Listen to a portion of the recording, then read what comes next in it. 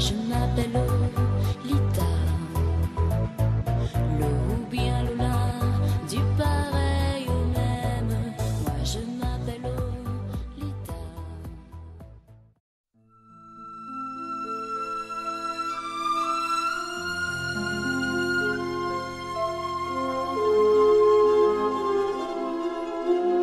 Кендрисус, Евмолпия, Филипопол, Полподева, Тримонсиум, Улпия, Флавия, Пълдин, Филибе. Все имена на един и същ град, издигащ се край река Марица повече от 8000 години. Пловдив. Градът, построен на 7-те каменни хълма, приютява през вековете поне 7 цивилизации. От траки и римляни до византийци и османци, за да пребъде и до днес, като втория по големина и значимост, град в съвременна България. На всяка крачка в Пловдив човек се натъква на парчета световна история. Паметниците на най-различни цивилизации са на крачка един от друг.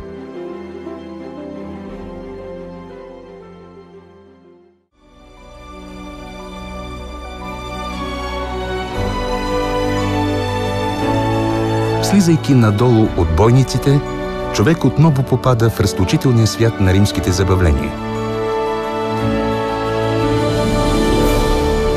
Тук е античният стадион, построен през II век след Христа по времето на римския император Адриан.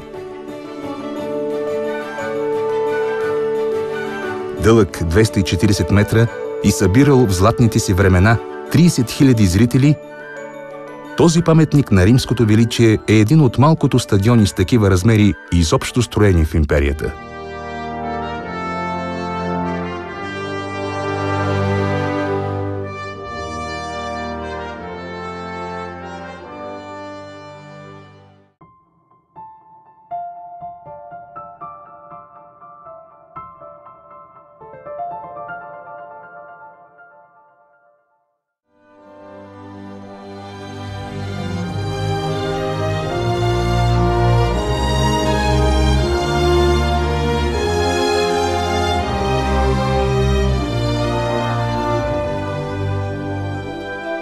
Там, където е кипял животът хилядолетия наред, кипи и днес.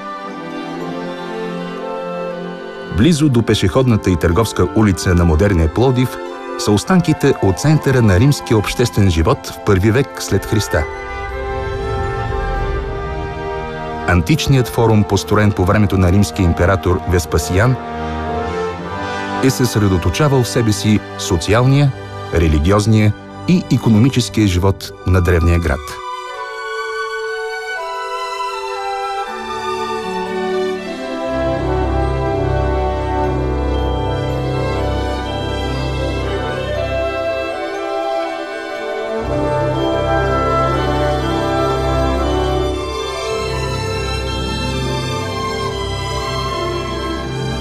На противоположния край на пешеходната зона е друг център на социалния живот.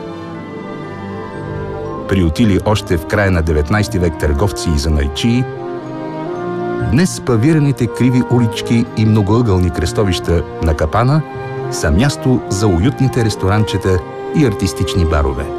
Тук кипи истински градски живот.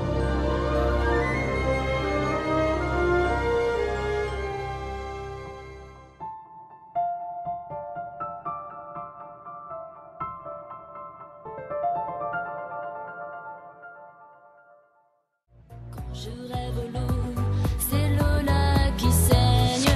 Quand fourche ma langue, j'ai l'âme à fou rire aussi, fou qu'un phénomène. Je m'appelle Lolita,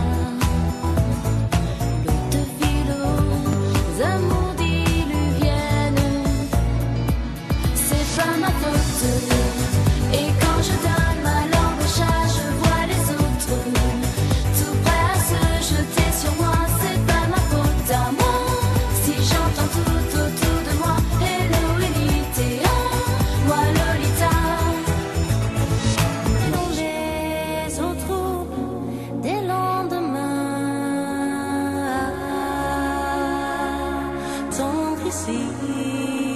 sapins. Flotter dans l'air trop lourd, du presque rien.